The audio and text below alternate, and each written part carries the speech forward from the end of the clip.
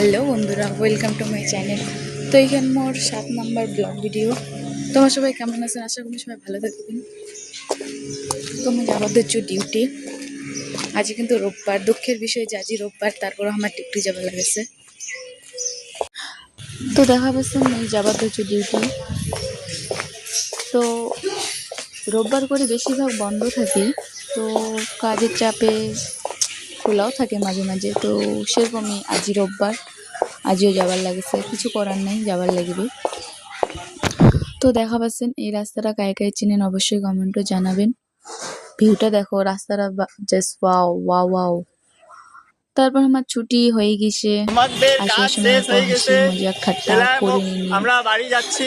Tata তাড়াতাড়ি ছুটি হয়ে গেছিল, আজ রোববার ছিল জন্য। টাটা।